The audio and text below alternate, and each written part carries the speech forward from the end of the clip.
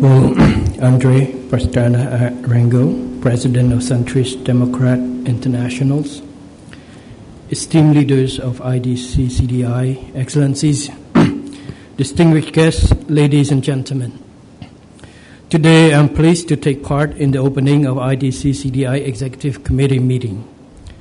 I would like to extend a warm welcome to all delegates to this historic gathering in Siem Reap City, the center of our Angkorian civilizations, which dated back from the 9th to the 15th centuries.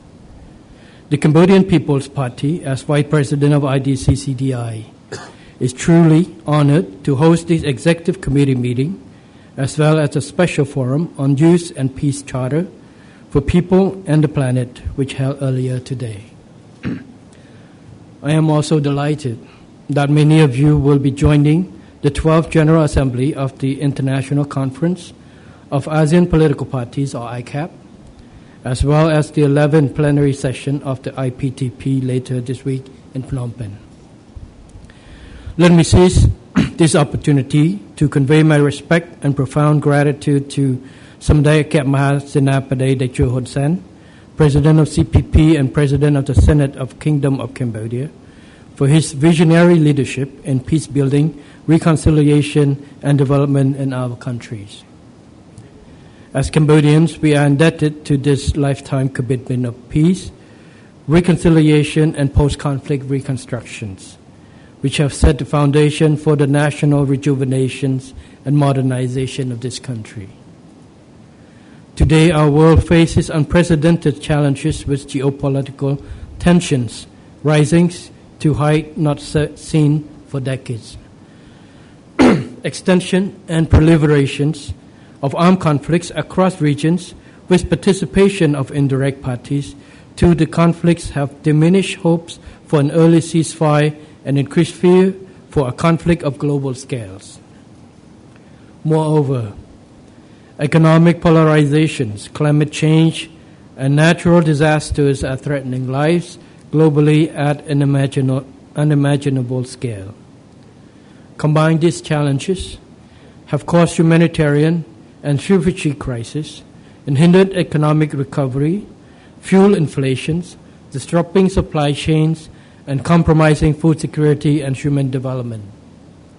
This is why the theme of our meeting today is so timely and relevant as we seek to harness our shared responsibility to address these pressing regional and global issues. I believe that together we could be impactful advocates of peace and dialogues and cooperation that aim to accelerate our economic and social recovery toward development and prosperity. Cambodia, as a small state, embraces an independent foreign policy with respect to international laws, which requires that we strive to strengthen our national resilience in political, security, socio-economic, and cultural fields. Cambodia stands ready to contribute to peace across our regions.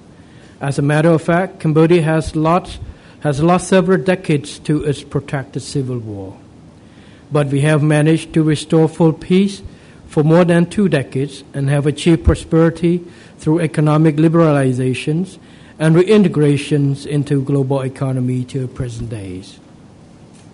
The fact that next week Cambodia will be hosting the Siem Reap Angkor Summit on the Mind-Free World is the testimony of how Cambodia has emerged stronger and more resilient from being merely a victim of war to becoming one of the torchbearers of peace who is globally recognized as one of the most active deminers and mine action advocates. Excellencies, ladies and gentlemen, we are witnessing in recent years the rise of multipolarity in the New World Order, driven in part by globalization, technological advancements, and the rise of emerging economies. Today's emerging 21st century world leader is marked by a multiplicity of actors, civilization, and cultures. In another word, it is a world of interconnectedness and interdependence. In Southeast Asia, we fully embrace these multiple civilizations, diversity, demands that we respect different forms of political governance and institutions, even variant of democracies. Cambodia, which was once a thriving ancient civilization connecting Asian trade routes, now seeks to be a bridge builder in modern era by enhancing our global connectivity. Under the CPP leadership, we aspire, along like-minded countries and political parties, to support multilateralism and pluralism in political governance. Given past history, peace is the core foundation of CPP's political philosophy that seeks to build a society that is harmonious, tolerant, and inclusive, where people, despite their social backgrounds and political orientation, can live side by side. A society that can settle differences through talks without resorting to extremism and violent political culture. Excellencies, ladies and gentlemen, I recognize that IDC-CDI has come a long way to become a globally recognized core community of 109 political parties from 83 countries, are rooted in democratic principle.